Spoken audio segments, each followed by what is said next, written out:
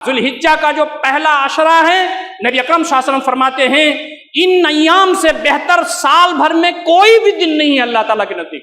ما من ایام العمل الصالح فیہن احب الی اللہ من ہذہ الایام العشر۔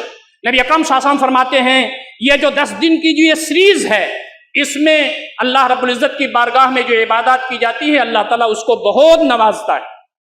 ان ایام سے بہتر سال بھر نہیں۔ ایک صحابی نے کہا قال صحابی ولل جہاد یا رسول اللہ صلی اللہ علیہ وسلم، ایک صحابی نے کہا اللہ کے نبی صلی اللہ علیہ وسلم جہاد بھی نہیں ہے؟ آپ نے فرمایا ولل جہاد فی سبیل اللہ، اللہ کے راستے میں جہاد بھی نہیں ہے۔ الا رجل خرج بنفسه وماله، مگر ہاں ایک آدمی اپنی جان اور اپنا مال لے کر کے اللہ کے راستے میں نکل گیا، فلم یرجع من ذلک بشیء، پھر کچھ لے کر کے واپس نہیں آیا، وہ شہید ہو گیا۔ اس کو چھوڑ کر کے یہ ایام سارے ایام سے بہتر ہیں۔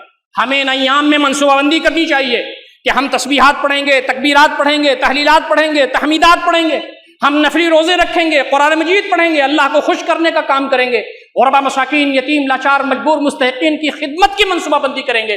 10 ایام کی منصوبہ بندی کرنے کے لیے ہم تمام کو آج ہی سے تیاری کرنی چاہیے۔ دوسری بات جو فرمائی وہ یہ کہ جو یوم عرفہ ہے یعنی 9 ذی الحجہ، اس دن اگر کوئی روزہ رکھتا ہے تو اس کا جو فائدہ ہے وہ غیر معمولی۔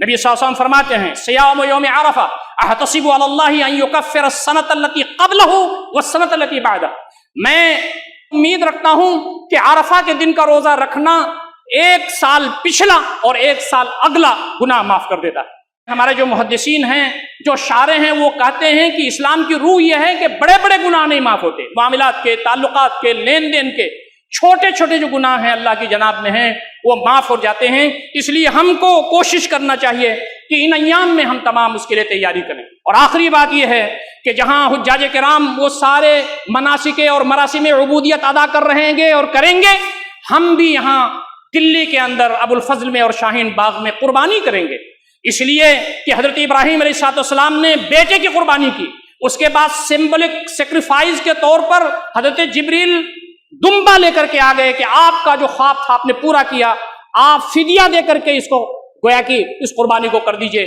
اللہ رب العزت نے اس کو جاری کر دیا رہتی دنیا تک کے لیے کہ مسلمان یہ قربانی کرتے رہیں تاکہ ان کو یہ پتہ چلے کہ ان کے جو باپ تھے حضرت ابراہیم علیہ السلام نے، انہوں نے بیٹے کی قربانی کی تھی اور یہ فدیہ دے کر کے چھوڑا گیا تھا۔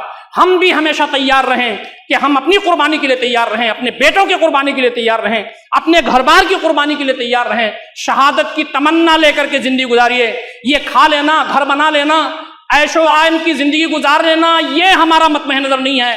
قل ان صلاتی و نسکی و محیا و مماتی للہ رب العالمین، جو کچھ بھی ہے اللہ رب العزت کے لیے ہے، تو ہم تمام کو اس نیت سے زندہ رہنا ہے، اپنی عبادات کرنی ہے، اللہ رب العزت کی نعمتوں سے فائدہ اٹھانا ہے۔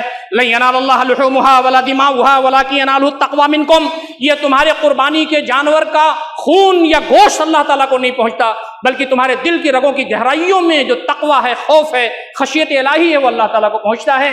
اللہ رب العزت ہم تمام کو ان ساری باتوں پر غور فکر کرنے اور عمل کرنے کی توفیق عنایت فرمائے۔